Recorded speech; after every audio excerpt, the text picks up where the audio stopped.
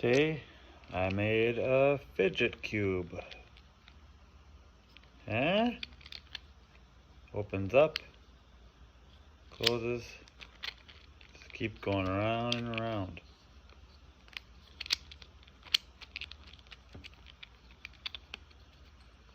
I saw it on vacation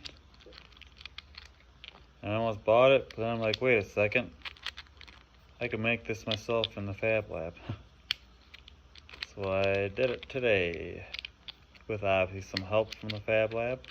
Oh, crap. So, something else. What did you make today? See you later.